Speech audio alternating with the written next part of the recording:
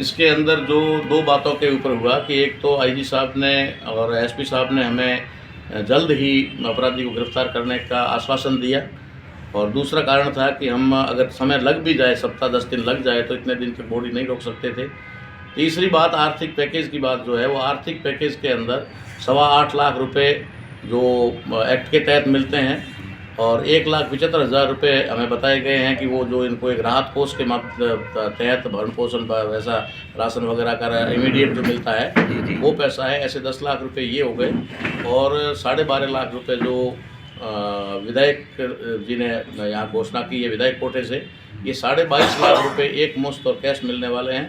बाकी का जो है वो एक पेंशन के रूप में जब तक जिएगी, जैसे अभी बच्ची के नाम से करवाते हैं, तो बच्ची के नाम करवाते हैं तो बच्ची 70 साल 80 साल 90 साल तक जब तक जिएगी तब तक ये पेंशन मिलेगी। वर्तमान में ये पेंशन 5,000 रुपये प्लस दिए करके 7,500 है, जो हर साल दिए के रूप में बढ़ करके ये साल की 1 लाख हो रही है, तो वो 1.25 लाख 1.5 लाख 2 लाख भी हो सकती है। सालाना 6% डीए सरकार के हिसाब से बढ़ता है जी, वो बढ़ता है तो वो ही उनको दिया जाएगा, तो वो पेंशन ये जो है बढ़ती जाएगी। ये एक उनके लिए अच्छा पैकेज मानता हूँ मैं कि बच्ची को जो रिक्वायरमेंट के उसके अनुसार पैसा मिलेगा। अगर एक मुश्त पैसा दे दिया जाए तो वो पैसा परिवार के अंदर भी विवाद का घर बन सकता है, और भी कई चीज़ें। शायद सरकार ने ये योजना इसी प्रकार से बनाई गई हो के लोगों के द्वारा यह माहौल बनाया जा रहा है कि परिवार के ऊपर दबाव डाल के डिसीजन किया गया है, ऐसा कुछ है क्या?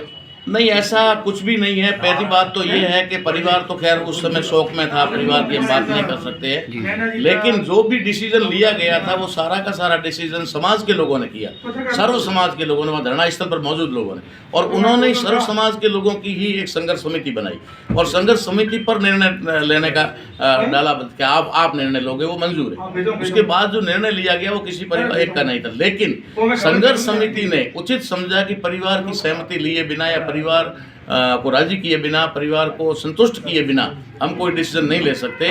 इसलिए परिवार के लोगों को वहाँ बुला करके आईजी साहब के और कमिश्नर मैडम, कलेक्टर, एसपी के सामने वहाँ पर उनसे पूछा गया। जब उन्होंने कहा कि मैं सहमत हूँ और संतुष्ट हूँ, जो संघर्ष समिति ने किया है उससे मैं सहमत हूँ, तब जाकर के उन्होंने साइन किए, तब हुआ है। कोई दबाव नहीं था, किसी भी प्रकार का कोई दबाव नहीं। ठीक है सर, थैंक यू।